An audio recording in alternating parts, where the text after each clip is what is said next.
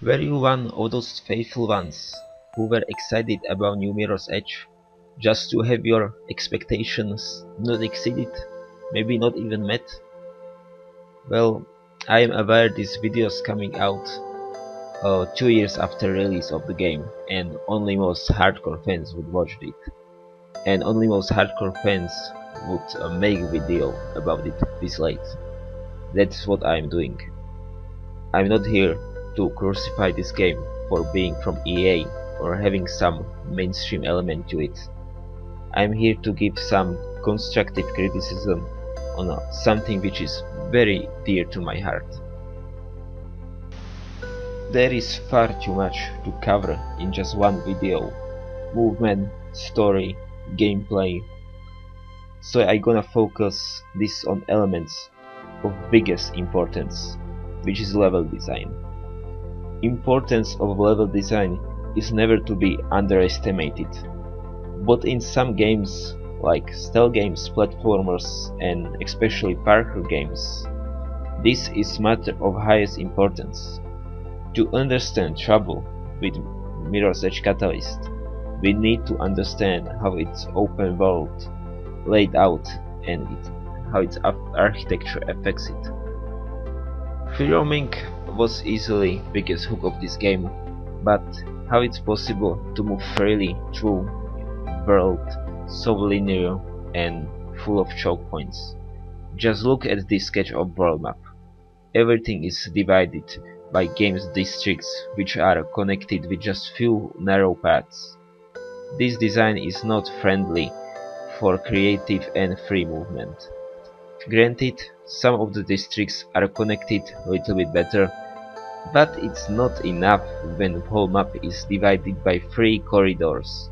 These 3 very linear corridors stab you dead in your tracks, always force you to cross them no matter where you go.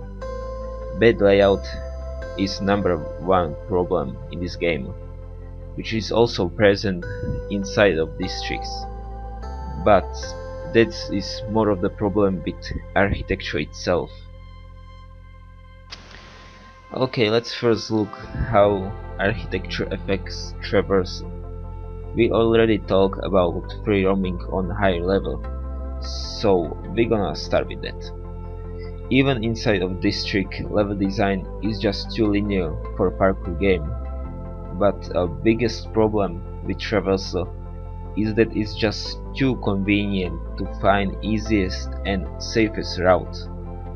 If you move through map, there will be very few obstacles in your way, and you will not gonna be forced to take big detours to access these paths.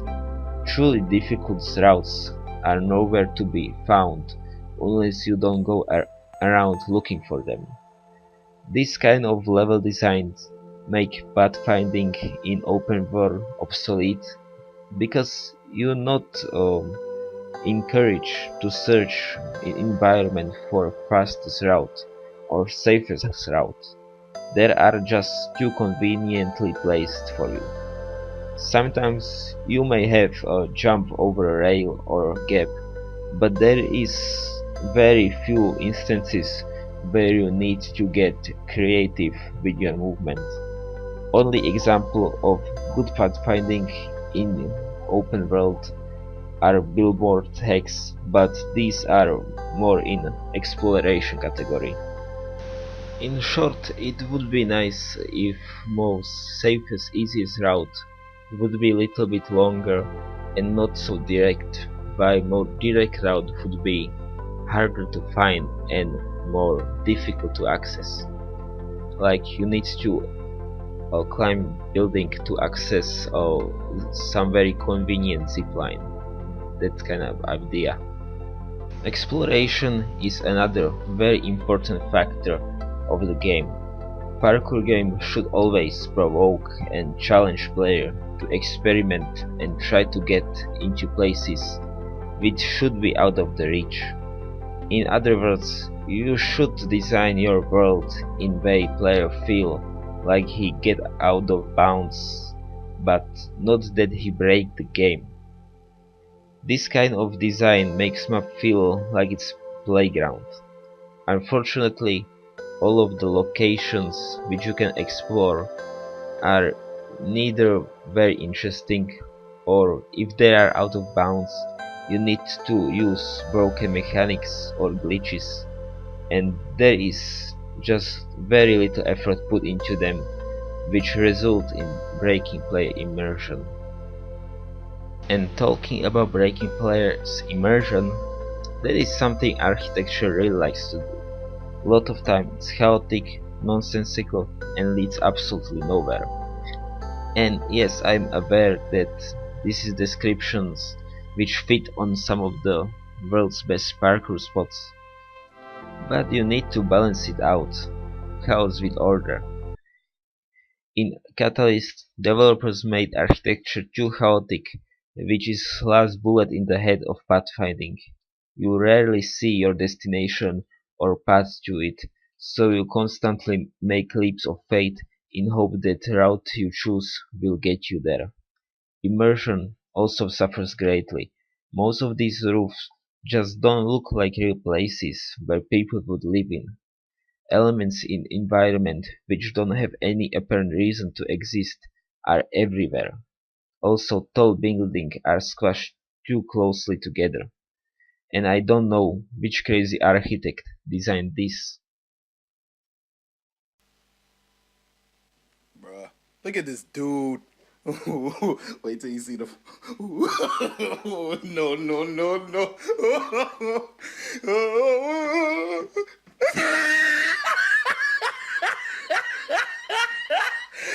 Look at the top of his head. Look at his lips.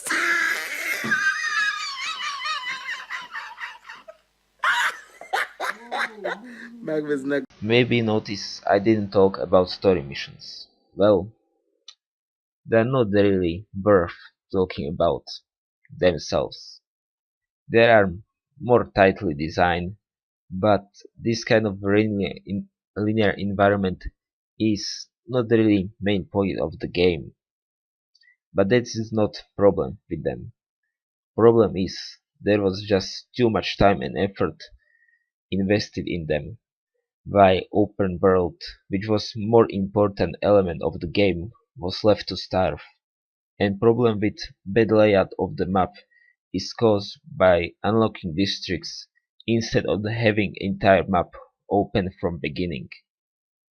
Unlocking districts is just pointless gimmick, serving even more pointless gimmick, which is upgrade system, but more about it in part 2.